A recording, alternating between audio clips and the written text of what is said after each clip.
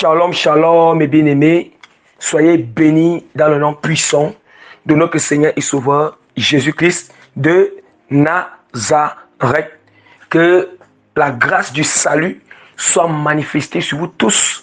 La grâce des fruits du Saint-Esprit, l'amour, la douceur, la joie, la paix, la bonté, la bienveillance, la patience, la tempérance, la foi et la fidélité soient manifestées sur vous tous, mes bien-aimés. Que la grâce de l'humilité à l'égard de Dieu, à l'égard de notre position, la grâce de l'obéissance soit manifestée sur vous tous, bien-aimés, sans toutefois aussi oublier que la grâce de la sanctification complète, l'intérieur et l'extérieur, bien-aimés, qui nous donne accès pour entrer dans le cieux, si on meurt avant l'enlèvement de l'église, ou bien si la clôture de l'enlèvement de l'église retentit maintenant pour que nous puissions être enlevés, que toutes ces grâces-là, bien-aimés, soient répandues sur vous tous, soient manifestes sur vous tous, bien-aimés, soient votre partage pour vous tous, ainsi que sur moi-même. Même ceux qui ne vont pas écouter ces enseignements, ils sont répandus partout dans le monde entier, au nom puissant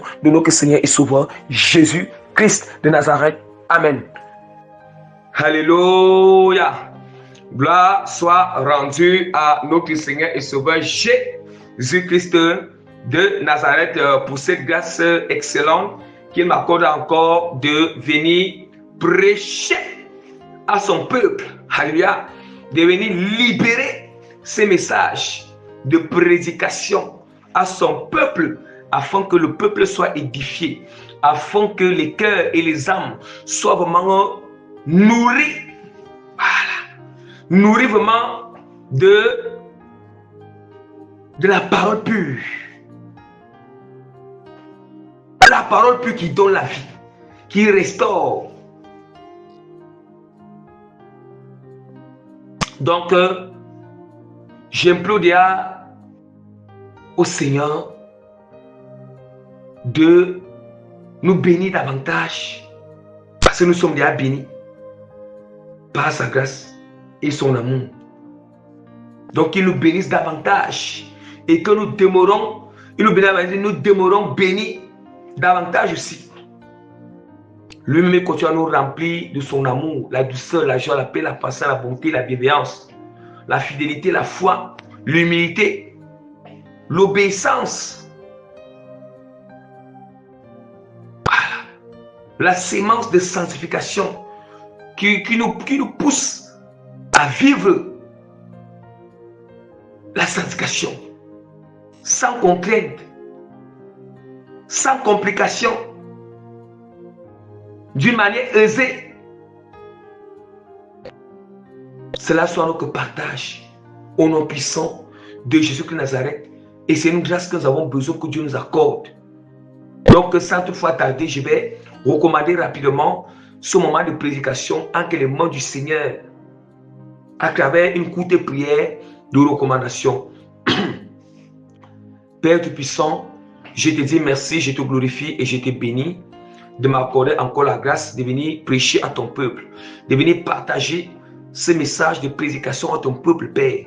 C'est je suis reconnaissant parce que, Père, pour l'inspiration et la révélation profonde dans ta parole qui m'assiste toujours, qui m'accompagne toujours à chaque prédication, à chaque message que je partage à ton peuple, je libère au peuple, Seigneur.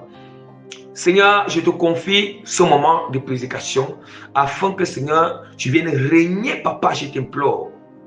Que seule ta volonté, Seigneur, soit manifestée pendant ce moment de prédication, Père. Et tu te confies, Père, tous ceux qui vont écouter étant disposés, les cœurs disposés, l'esprit disposé, l'âme disposée, Père. Je t'implore, Seigneur, de faire enraciner cette parole dans l'âme, Seigneur, Père. Et que ça porte des fruits. Ça porte des fruits sur toute personne. Tous les bien-aimés qui vont, Seigneur, écouter avec un cœur sincère, un cœur d'honnêteté, un cœur d'amour, Seigneur, pour ta parole. Au nom puissant de Jésus-Christ de Nazareth. Et ce que j'ai recommandé, c'est une prédication entre les mains de Dieu. Amen. Que toute la gloire revienne encore à notre Seigneur et Sauveur Jésus Christ de Nazareth. Amen. Vraiment, par la grâce que le Seigneur m'accorde,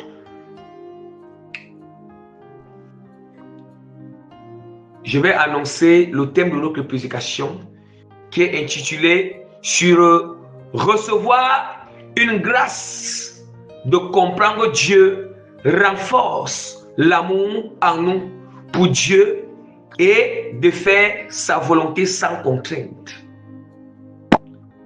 Recevoir une grâce de comprendre Dieu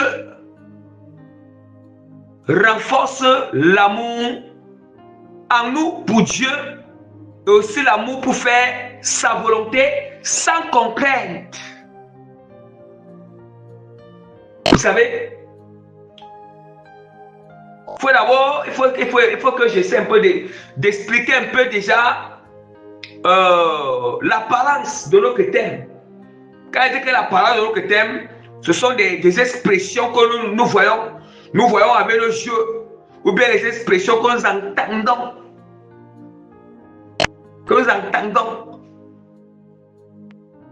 Premièrement, pour comprendre le Seigneur, c'est une grâce. Comprendre la volonté de Dieu, c'est une grâce. Comprendre la parole de Dieu, c'est une grâce. Comprendre les circonstances ou les événements que le Seigneur permet devant nous, c'est une grâce qui vient du Seigneur. Et cela nous amène à voir les choses d'une autre manière.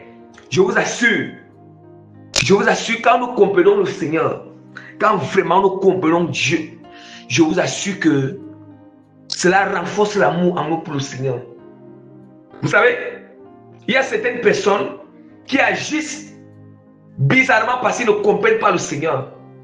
Il y a certaines personnes qui sont rebelles, certaines personnes qui sont négligentes, certaines personnes qui, qui désobéissent au Seigneur, certaines personnes qui s'en foutent de la parole du Seigneur ou bien des messages du Seigneur. C'est parce que ils ne comprennent pas le Seigneur. Ils ont leur propre compréhension. Ils ont leur propre raisonnement. Ils ont leur propre raisonnement bien aimé.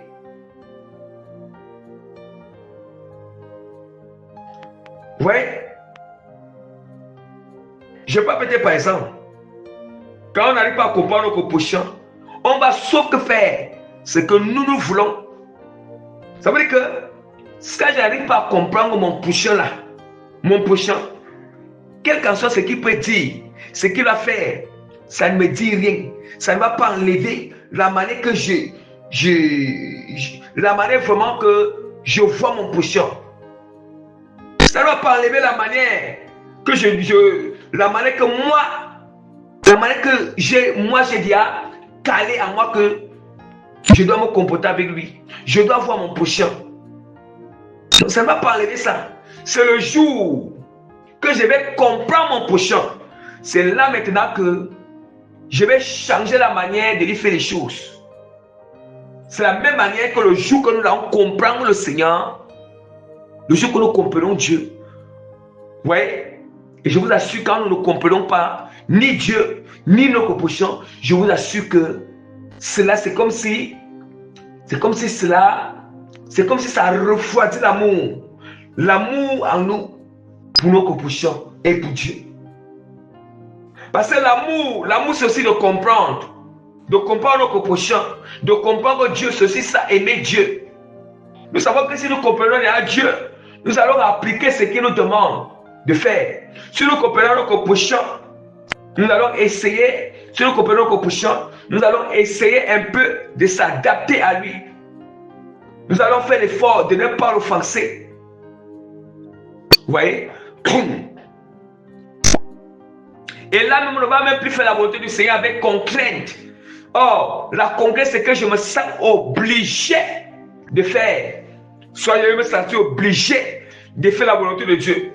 Ou je vais me sentir obligé de faire ce que mon prochain me demande. En réalité, parce que là, je n'ai pas le choix. Je me sens obligé. Je ne veux pas, mais je me sens obligé. Parce que quoi? Parce que je ne comprends pas. Mais si je comprenais, je ne vais pas me sentir obligé. Mais la chose sera faite. Ça va renforcer l'amour. Et ça va renforcer l'amour en nous pour Dieu. Et de faire sa volonté. Alléluia. Donc rapidement, nous allons essayer de s'appuyer sur la parole. Sur la parole de Dieu.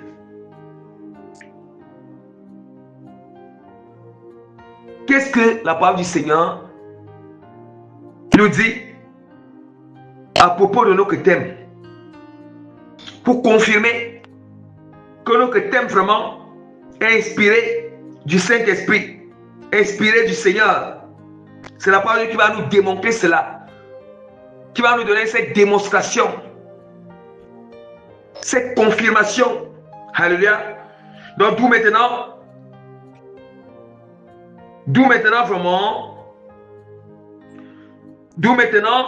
vraiment, je vais me tenir en ce moment sur, je m'excuse, par la grâce du Seigneur, je vais vraiment me tenir en ce moment sur le passage biblique. Le passage biblique de... Excusez-moi un peu, excusez-moi. Ok, gloire soit rendue au Seigneur Jésus-Christ. Donc vraiment, par la grâce de Dieu,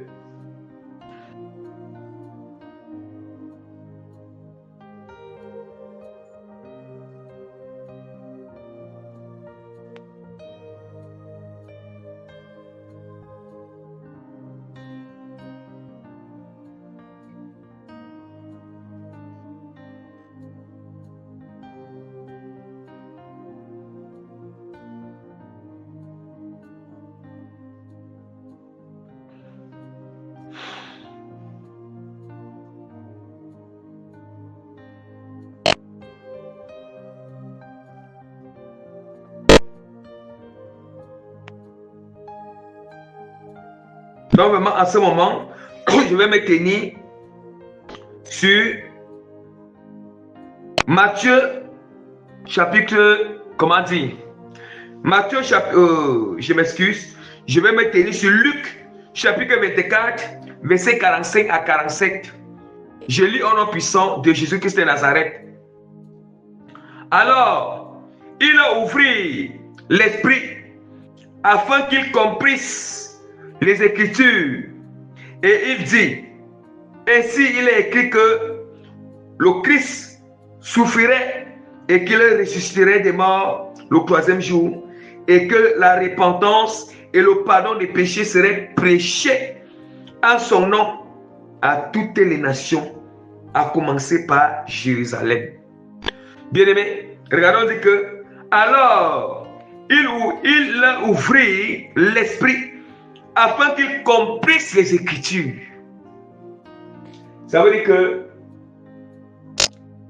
tant qu'il n'avait pas encore compris les Écritures qui parlent de la résurrection de Jésus-Christ, il n'arrivait pas à croire. Ils avaient vraiment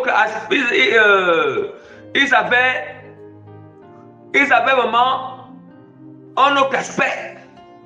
Vous voyez? Ils avaient un autre aspect. Ils avaient un autre comportement. Regardez, lorsque Jésus-Christ a dit qu'il est ressuscité, regardez comment c'était disciples, c'était apôtres, c'était l'aspect qu'ils ont eu. D'autres qui n'ont pas vite cru. Vous voyez? Parce qu'ils ne comprenaient pas les Écritures. Ils ne comprenaient pas Jésus. Et c'est d'où maintenant que Jésus-Christ lui-même, il les a ouverts l'esprit pour comprendre les Écritures. Et c'est d'où maintenant il précise encore. Il précise ici que il a dit, ainsi il est écrit que le Christ, d'abord que, alors il a ouvert l'esprit afin qu'il comprenne les Écritures, et il a dit, ainsi qu'il est écrit que le Christ souffrirait et qu'il ressusciterait des morts le 3e jour. Oui, d'où maintenant ils comprennent maintenant cette parole. Ils comprennent maintenant cette portion d'écriture. Et du coup, nous allons voir que leur aspect a changé. Ils avaient maintenant un autre aspect. Parce qu'ils ont compris.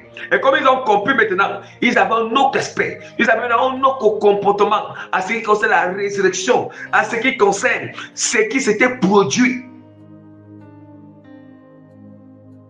Oui.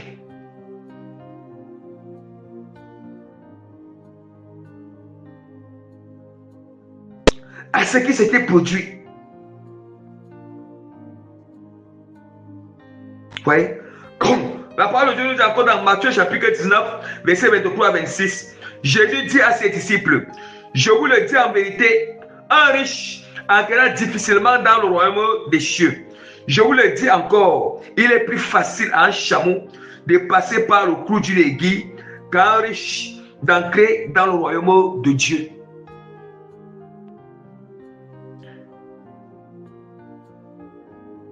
Les disciples ayant entendu cela furent très étonnés et dirent, qui peut donc être sauvé? Jésus les regarda et leur dit, aux hommes c'est impossible, mais à Dieu tout est possible. Voyez? Parce que, vous voyez?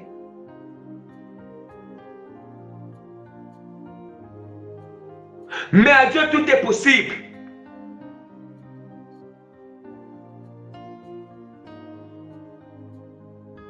En fait, on doit, si nous comprenons, en fait, si vraiment nous comprenons que tout est possible avec le Seigneur, parfois, on n'aura pas de doute.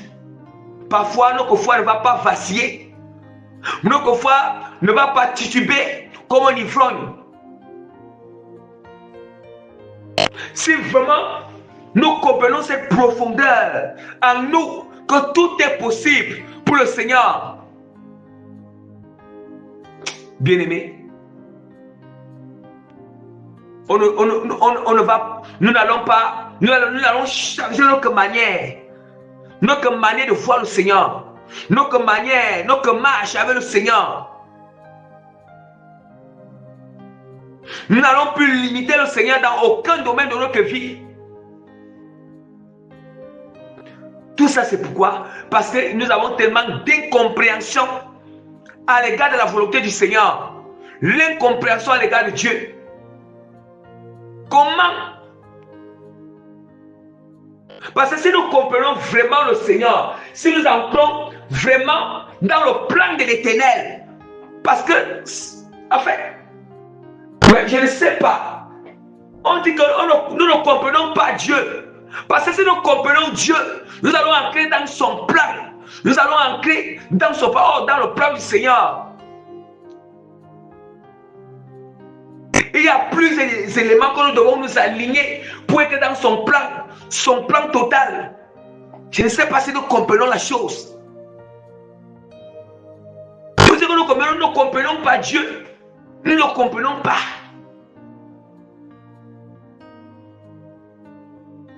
D'où maintenant même Jésus qui dit que nous ne comprenons pas le Seigneur.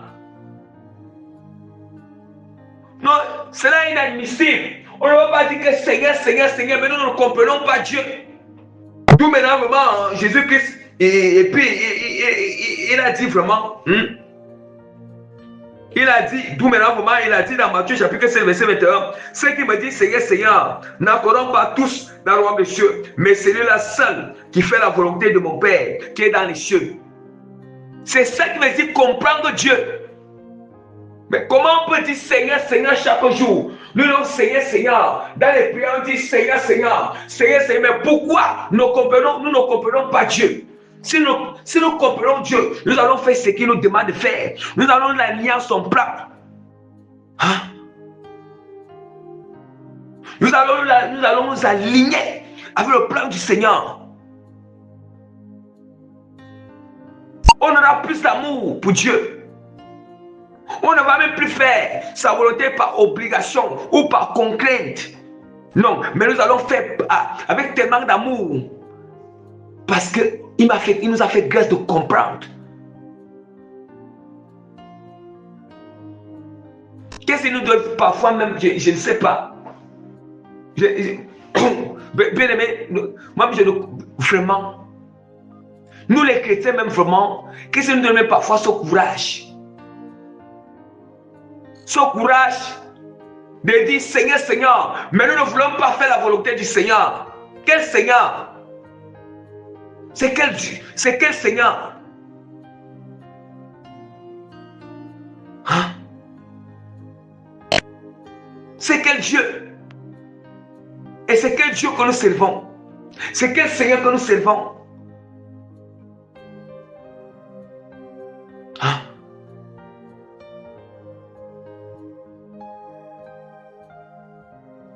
Des choses, voilà des choses qui sont tellement sensibles que Dieu peut des choses à appuyer, Seigneur. À quoi que je te comprenne, je dois te comprendre, Seigneur. Accorde-moi cette grâce. Mais des gens pas te demander, Seigneur, des choses de vanité. Seigneur, je veux telle chose de vanité, telle chose de vanité. Ça sont des choses de prière que Dieu aime. Des choses de prière que le Seigneur aime. Dieu veut que nous prions, qu'il nous accorde la grâce de comprendre sa volonté, de comprendre son plan dans notre vie, de comprendre ce qu'il veut de nous.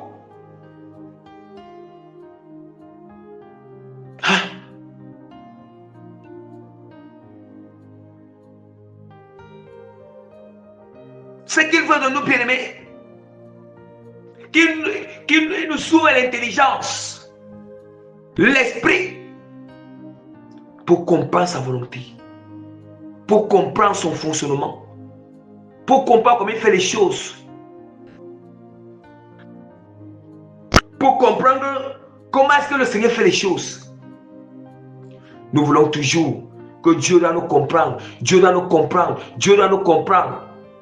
Donc Dieu, hein? Depuis que Dieu nous a compris, depuis que on n'était pas encore la scène aucune, le Seigneur nous comprenait dans nos manières, nos vaines manières que l'on pensait, nos vaines manières qu'on faisait les choses, qu'on se comportait, des paroles qui se vous voyez? Mais quand on est à la scène doctrine, et puis même quand on est à la scène doctrine, Dieu même continue à nous comprendre davantage. Mais ça fait des années, nous sommes la scène doctrine. 1 an, 2 ans, 3 ans, 4 ans. Je veux toujours que Dieu me comprenne. On va comprendre Dieu quand? Vous allez comprendre quand? Hein? Or, parfois, la volonté du Seigneur nous fait sortir. En fait, parfois la volonté de Dieu vraiment, parfois la volonté du Seigneur, ça, comment dire? Parfois la volonté du Seigneur, parfois quand notre âme, il y a certaines volontés de Dieu, quand il faut que notre âme s'aligne, il y a le choc dans notre âme. Parfois il y a le choc souvent parce que l'âme est habituée avec un mauvais caractère dans l'âme. Ouais, une mauvaise attitude est tellement habitée dans l'âme. Et puis maintenant Dieu souhaite que notre âme soit liée avec sa volonté. Et la seule combat, nos combats de s'allier, ça combat dans notre âme, de s'allier à la volonté du Seigneur. D'où maintenant il y a parfois un choc qui va se passer dans l'âme. Le choc. Un choc. Et puis dans ça, on va vouloir que Dieu lui nous comprenne. Dieu lui nous comprenne. Qu'on reste dans ça. Ah, pourquoi quoi? Son plan ne s'accomplisse pas dans nos vies, non? Mais pourquoi c'est même Dieu? Dieu nous choisit pourquoi? Il nous appelle. Pourquoi? Il nous appelle afin de s'aligner à son plan. Ah. Mais ne soyons pas les gens qui servent le Seigneur. Ne soyons vraiment pas les gens qui servent Dieu ni queue ni tête. Des gens qui servent le Seigneur en désordre. Des gens qui servent seulement Dieu pour servir. Non, non, non, non. Non. Non. Ne soyez pas ces gens de personnes. Les gens seulement qui invoquent le nom de Dieu pour invoquer. Non, ça ne se passe pas comme ça. C'est bon que Dieu avait les objectifs, avec le plan du Seigneur. Oh, le plan, c'est l'objectif. L'objectif, tant que l'objectif n'est pas atteint, tant que l'objectif, je ne suis pas sur l'objectif, ça veut dire que vraiment, c'est comme si c'est comme si, je ne sais pas comment dire. En fait, c'est comme si quelqu'un est en train de courir dans le sac, bien aimé. Tu cours dans le sac. Hein? D'où est ton origine? D'où est l'extrémité? On commence, on part où? On part où, bien aimé? Juste parce que on veut toujours que Dieu nous comprenne. Dieu nous comprenne. Dieu nous comprenne. Dieu nous comprenne. Dieu nous comprenne. Dieu nous comprenne. Dieu nous comprenne.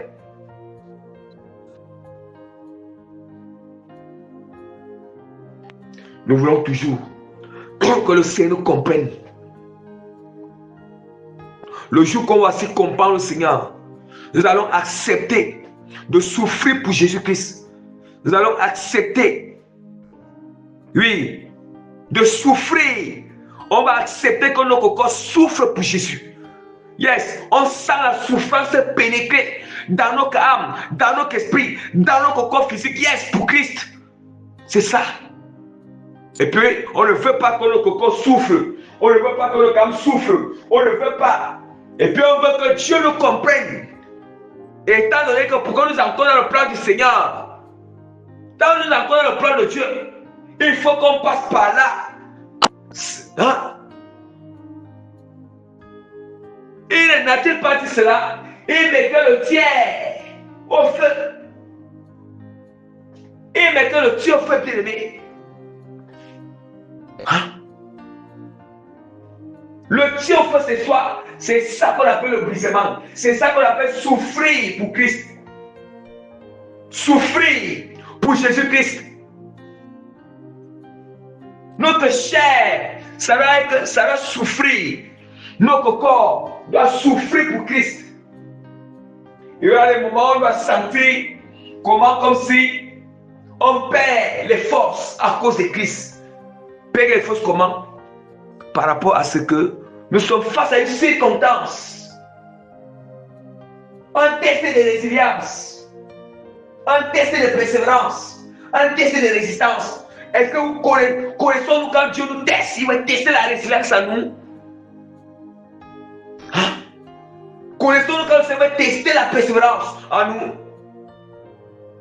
Et puis là, nous sommes soumis à ce test. On ne va même pas comprendre Dieu. On va voir que Dieu nous comprenne. Pour qu'on reste encore, nous restons encore vraiment dans les mêmes choses. Vraiment. Vraiment.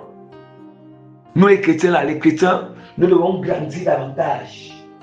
Nous devons grandir davantage. Nous devons rester humilions sous la main puissante de l'Éternel. Il n'y a rien qui dépasse le Seigneur. Il n'y a rien qui dépasse Dieu.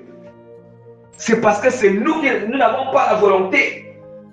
Si la Dieu nous dépasse, ayons la volonté et prions l'Éternel.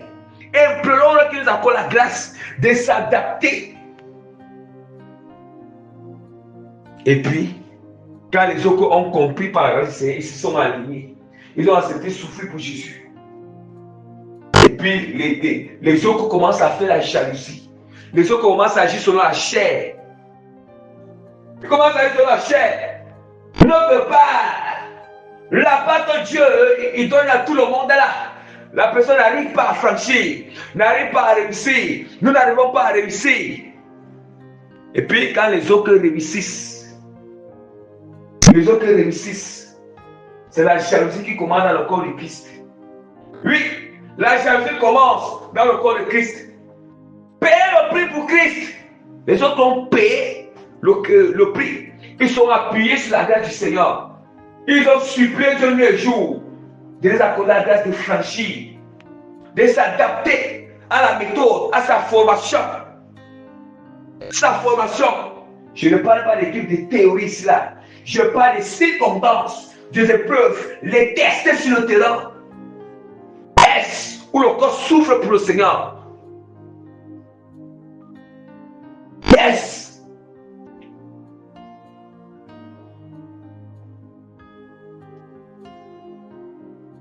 Les chrétiens, un petit qui comme ça, un petit qui comme ça, Les chrétiens sont comme les poules mouillées.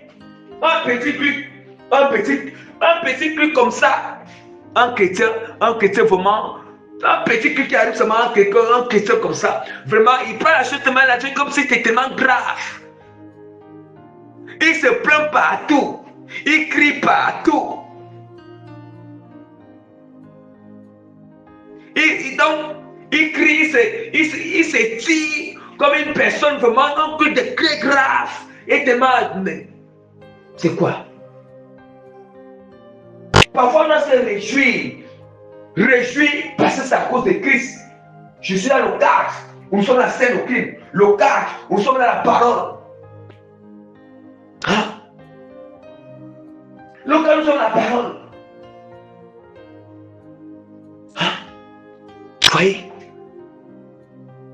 Parfois même où est-ce que nous mettons sur l'amour pour Dieu ou lorsque c'est des choses se présentent, on jette l'amour du Seigneur à côté. Parce que si on a fait l'amour va nous faire surmonter la chose. L'amour va nous faire arriver. L'amour va nous faire comprendre Dieu. L'amour va nous amener à percer jusqu'au bout. Sans baisser les bras. C'est comme ça que Dieu fait. Le Seigneur, il nous donne sa volonté. Le Seigneur, il nous donne sa volonté. Et lorsqu'il nous donne sa volonté, c'est à nous maintenant de s'emparer de cette volonté. On ne s'empare pas de cette volonté. Il n'y a rien dans nos vies. On ne s'empare pas de cette volonté. On ne va pas arriver de l'autre côté. Jamais. Il nous donne cette volonté qui va nous amener, qui va nous faire arriver de l'autre côté. C'est comme ça. C'est comme si le Seigneur il dit que c'est comme si je prends peut-être par exemple. Je prends peut-être par exemple. Je prends peut-être par exemple que les gens sont en train d'aller quelque part et puis il y a un fleuve ou bien une rivière qui coule. Une rivière qui coule et du coup, il faut, ça veut dire que Dieu il dit quoi? Le Seigneur dit que le plan, c'est que j'ai fait avec toi là. C'est l'autre côté, c'est l'autre bord, le bord de la rive de l'autre côté, c'est là. Toi, tu es de l'autre côté et c'est de l'autre côté. Dieu, tu vois la chose qui est placée là-bas de l'autre côté. Le plan du Seigneur là-bas de l'autre côté. Et Dieu maintenant, il prend la pirogue. Il te donne la pirogue. Il te donne maintenant la pirogue. Oh, pour caresser, il faut entrer dans la pirogue. La pirogue est là. Et les gens qui conduisent les pirogues, autant pour moi, tu vois, les gens qui rament sont là, bien aimés. Qui rament sont là. Qu'est-ce qu'il va falloir? Il va falloir l'effort. Il va falloir me disposer. Je vais d'abord négocier avec les gens qui rament la pirogue. Je vais monter sur la pirogue. Je vais utiliser tout ce qui est nécessaire pour que j'arrive là-bas. Et la pirogue qui est disponible. Et tout ce que je vais utiliser pour arriver là-bas. C'est ça qu'on appelle maintenant que la volonté du Seigneur. Ouais, c'est là que Dieu nous donne la volonté. Parce que quand Dieu nous donne une volonté où son plan va s'accomplir dans notre vie, c'est de l'eau qui arrive. Il nous donne aussi notre volonté qui va nous conduire à sa volonté du plan de notre vie. Et puis face à ça, on se fait, face à ça, on affaiblit face à ces choses. Face à ça, on devient impuissant. Nous devenons impuissants. Or, Dieu nous demande de lui prier. Dieu nous demande de lui demander la grâce. On doit toujours lui demander la grâce pour continuer, pour persévérer, pour ne pas abandonner. Hein? Pour ne pas abandonner. La parole du Seigneur est très claire. Nous voulons quoi? Hein? Nous voulons vraiment quoi? Voici ce que le Seigneur nous dit encore. Matthieu chapitre 6. Vous voyez? La parole du Seigneur dit que tout est possible. Hein?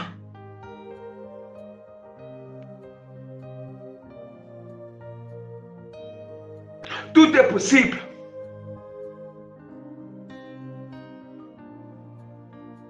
Et le Seigneur il dit encore, dans Matthieu 6, verset 9 à 11, voici donc comment vous devez prier. Notre Père qui est aux cieux, que ton nom soit sanctifié, que ton règne vienne, que ta volonté soit faite sur la terre comme au ciel. Donne-nous aujourd'hui notre pain quotidien.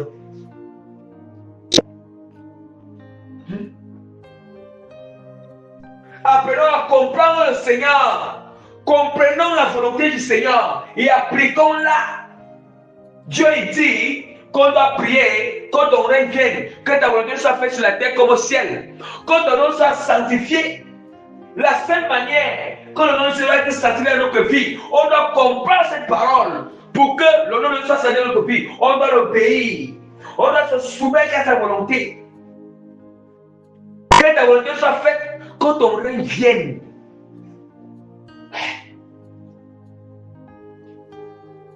Et ça nous suffit que nous connaissons que le règne du Seigneur vient dans notre vie.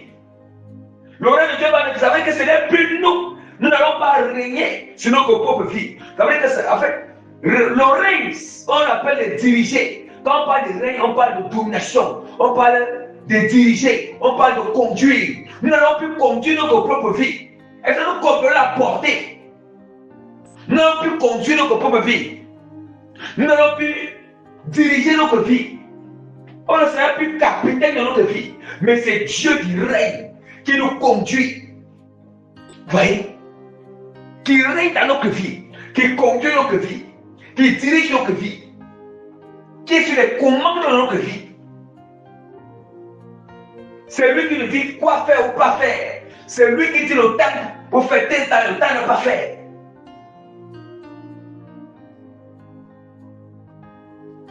Bien aimé, parfois nous les chrétiens, parfois nous les chrétiens, nous sommes menteurs, parfois bien aimés. Nous sommes menteurs parfois parce que quand la parole du Seigneur nous dit quelque chose, c'est l'exactitude. Il n'y a pas de tâtonnement. Soit nous sommes alignés ou pas. Quand nous ne sommes pas alignés, ne faisons pas comme si nous sommes alignés. Quand nous ne sommes pas alignés, non. Quand nous ne sommes pas alignés, reconnaissons le Seigneur. Nous ne sommes pas alignés, répandons-nous. Ne faisons pas comme si nous ne sommes pas alignés. Et puis on se présente comme si nous sommes alignés. Nous sommes menteurs. Hypocrite à l'égard du Seigneur. Nous sommes hypocrites. À quoi bon même sert? À quoi bon sert d'aller prier le Seigneur? Vous savez, aller prier le Seigneur, sans même avoir un conscient qu'il y a des choses qui me demandent de faire, je ne fais pas. Ça est conscient de ces choses. Et puis je ne vais pas prier comme si rien n'est. Il y a si rien n'est devant la présence du Seigneur. Mais, non seulement je méprise Dieu, et le mal, je suis tellement hypocrite. Bien aimé, quand quelqu'un sait là, qu'il y a des choses que Dieu lui demande de faire, et puis il ne parle pas encore faire, quand tu parles à la présence du Seigneur, il faut être conscient que tu n'es pas encore là. Il faut vraiment tomber dans négocier avec le Seigneur. Négocier. Il ne faut pas faire des prières là, tu fais comme si, fais comme s'il n'y a rien. Mais Dieu est notre enfant, Dieu n'est pas notre enfant. Dieu n'est pas notre enfant. Si c'est la force qui me manque pour faire, si c'est la force qui me manque pour faire vraiment ce que Dieu me demande de faire, c'est plutôt ça qui doit prier. Je dois me dépenser et prier sur ça qui m'aide. Hein? Pourquoi on appelle Seigneur, Seigneur ne fait pas ce qu'il nous demande de faire? Quel Seigneur? Hypocrite parfois que les chrétiens sont. Hein? Quel Seigneur? Il ne faut pas faire que quelque part on ne s'est pas lié avec Dieu, quelque part on résiste à ôter les peurs, on parle à sa présence, on fait comme s'il n'y a rien, on va prier normalement comme s'il n'y a rien. Mais c'est notre enfant. Ce n'est pas notre enfant.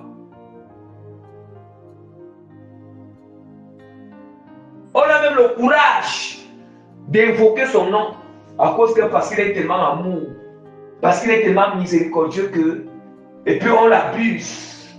On abuse de sa patience, on abuse de son amour, on abuse tellement de sa miséricorde, on abuse de sa douceur, on abuse tellement de sa compassion qui est tellement infinie. Qu'est-ce qui nous fait ça, nous les chrétiens? Pourquoi nous sommes tellement ingrats avec le Seigneur comme ça?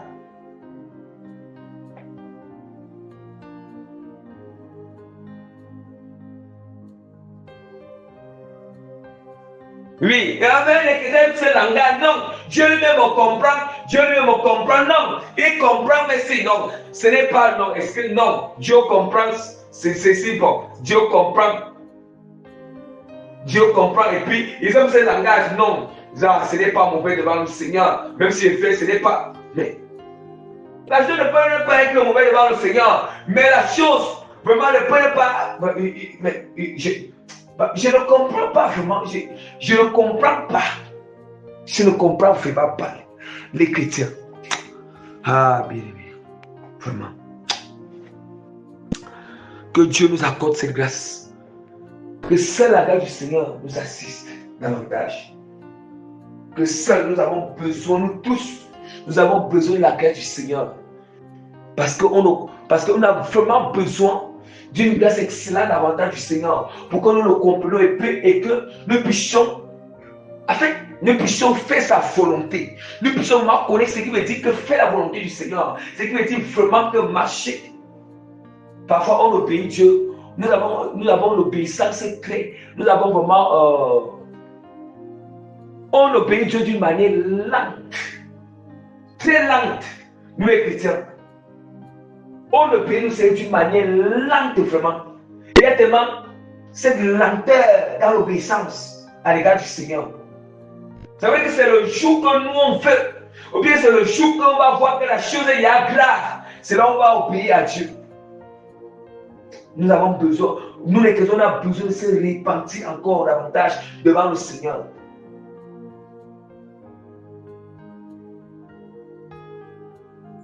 En fait, ce qui nous dérange, parce que ce qui nous dérange, c'est que, vous voyez, on va abuser du Seigneur. On va se servir de Dieu. Hein? Nous voulons abuser du Seigneur. Nous voulons abuser. Soyons sages. Nous voyons que sages, nous les chrétiens. Soyons sages. La sagesse, ce n'est pas faire les choses d'une manière que Dieu soit fâché à l'extrême.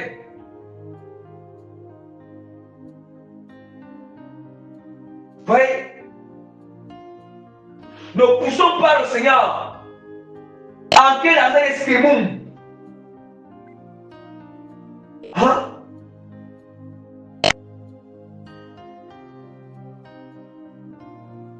Ne poussons pas le Seigneur. Un enfant sage, un chrétien sage, et celui vraiment qui ne va pas tarder longtemps à s'aligner, qui obéit à son père rapidement, il n'a pas l'obéissance, son obéissance n'est pas, il n'y a pas la lenteur dans son obéissance.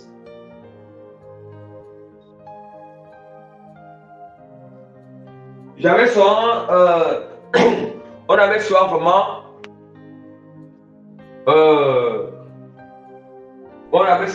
un principal à l'école qui disait souvent que obéir lentement n'est pas obéir. C'est ça qu'il disait souvent. Il disait souvent qu'il aimait toujours donner ce proverbe. Obéir lentement n'est pas obéir.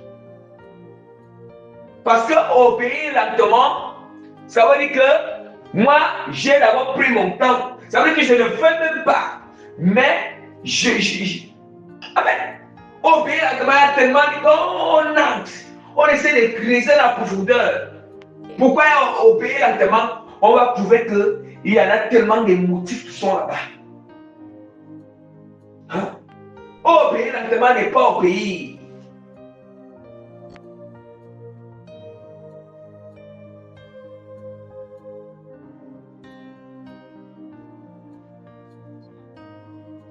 Et si même nous comprenons, si on comprend Dieu, on va comprendre que vraiment, Dieu veut de nous que tout ce qu'il nous demande de faire, c'est pour notre propre bien. Ce n'est pas, en fait, ce n'est même pas pour Dieu, c'est pour nous. Et c'est, bien aimé, Ce n'est pas pour lui, c'est pour nous. Bien-aimé, qu'on vive ou on ne vive pas, on donne quoi au Seigneur? On enlève quoi sur Dieu? Hein? Nous pensons que parce que nous prions là, nous donnons nos prières qui font que Dieu vive.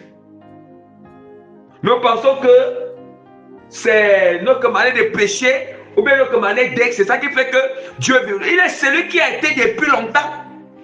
Misérable que nous sommes, boue et poussière. Nous nous prenons pour qui? Nous les chrétiens. Nous nous prenons vraiment pour qui? Mais on est venu couvrir que nous on est venu nous couvrir. Et qui? C'est lui qui a l'origine de notre existence. Et qui? Bien-aimé. Mais vraiment, parfois, nous les chrétiens ne font pas sorte que l'infection monte dans nos narines. Bien-aimé. Mais Dieu est tellement, en fait, le Seigneur est tellement amour, il est tellement humble, il est tellement patient, il est, en fait, tellement que nous voyons que, comme par cas, nous voyons que Dieu nous fait, il nous enseigne avec douceur, il prend son temps et tout, on abuse de ces choses. On fait comme notre tête veut. Hein? Comment? On fait comme notre tête nous demande de faire.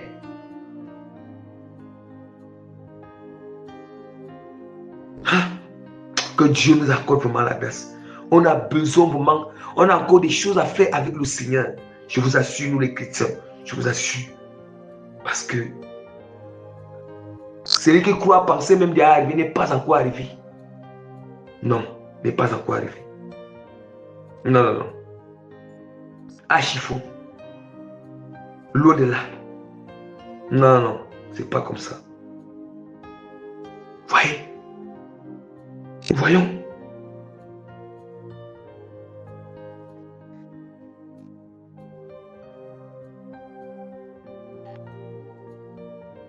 La parole c'est très clair. Ésaïe 40, verset 27 à 31. Pourquoi dis-tu Jacob? Pourquoi dis-tu Israël m'a dessiné et caché devant l'Éternel? Mon droit passe inaperçu devant mon Dieu. Vous voyez? Ça sont des questions parce que je ne comprends pas le Seigneur. Je ne comprends pas le plan du Seigneur dans ma vie. Je ne comprends pas. Vous voyez? Hein? Ne le sais-tu pas? Ne l'as-tu pas appris? C'est le Dieu d'éternité. Yes. L'Éternel qui a créé les extrémités de la terre.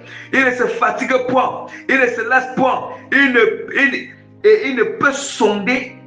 On ne peut sonder son intelligence. Mais est-ce que comprenons la profondeur, comprenons Dieu? Et si nous comprenons ces choses, mais je ne sais pas, ça peut catapulter notre intimité avec le Seigneur. Yes.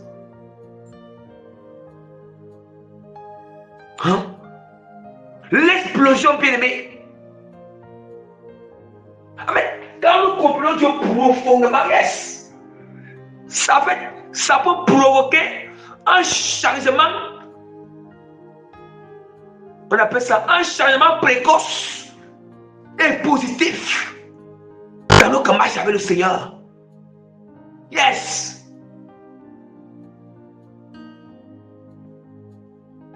D'où maintenant, c'est ça. D'où maintenant, on se recouvre avec les petits enfants qui sont tellement expérimentés dans les choses du Seigneur.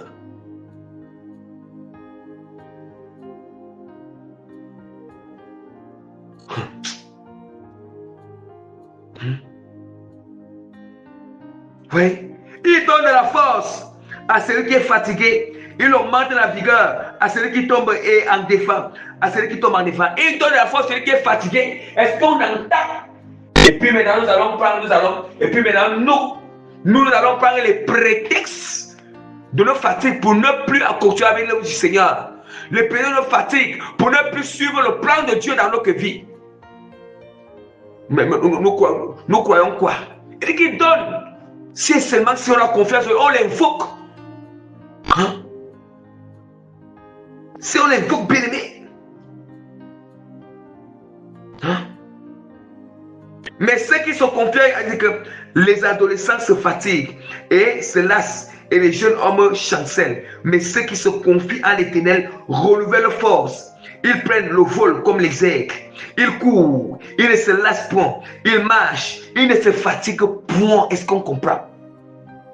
Yes. Est-ce qu'on comprend quand on s'appuie sur l'Éternel? Quand nous sommes sur le plan de l'Éternel, quand on s'en est à la volonté de l'Éternel, yes, il fait de nous comme les aigles. Ça veut dire qu'on ne peut pas se fatiguer. Ne pas se fatiguer, ne pas se fatiguer. C'est logique que dès que la fatigue vient, Dieu nous renouvelle. On ne va pas rester fatigué tant longtemps. Hein? Bien-aimé. Vraiment. Que le Seigneur nous accorde la grâce. Que toute la gloire revienne à notre Seigneur Sauveur Jésus de Nazareth. Par la grâce du Seigneur, je mets le sceau du Saint-Esprit sur cette prédication. Je mets les cachettes et les timbres authentiques sur cet enseignement. Et je mets l'avantage, la signature authentique de transformation, de changement, d'impactation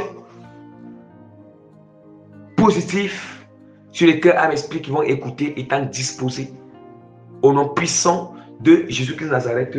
Amen.